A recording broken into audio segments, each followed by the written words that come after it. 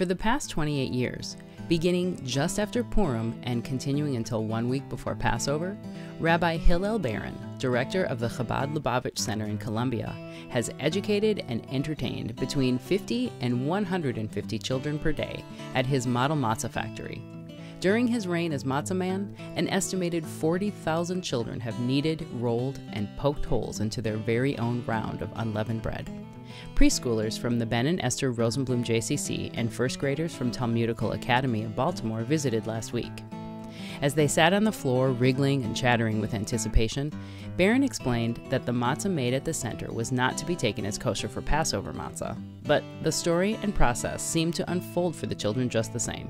Using plenty of props, Baron showed how seeds are ground and explained that in a real matzah factory, there is a special room that contains only flour and another room that contains only water.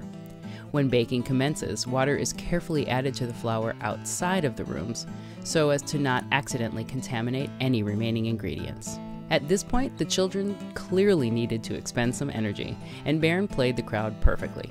As he began to mix the dough vigorously by hand, he admitted he mixes better when listening to his favorite song, which, he hinted, begins with the word Dayenu.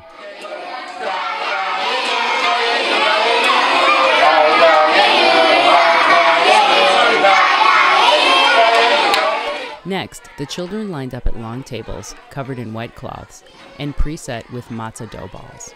Then, a flurry of pounding hands, spinning rolling pins, flat dough rounds hole-punched within an inch of their lives, and adults racing from table to table where assistance was needed.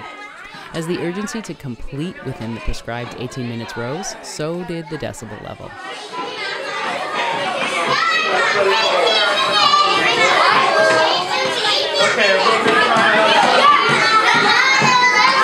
Then, students, matzah dough draped over their hands, walked to the kitchen where Baron had secured an industrial-size oven. One by one, the rounds were loaded onto the racks, and a scorching 800 degrees and 60 seconds later, out came piping hot matzah.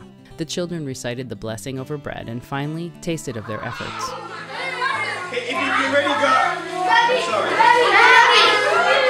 Now, almost 3 decades later, parents who had visited the model matzah factory as children are sending their own children. Rabbi Baron said it still warms his heart when he's out somewhere during Passover and hears someone say, "Look, there's the matzah man." And the matzah man doesn't plan to retire anytime soon. For the Baltimore Jewish Times, this is Melissa Geer.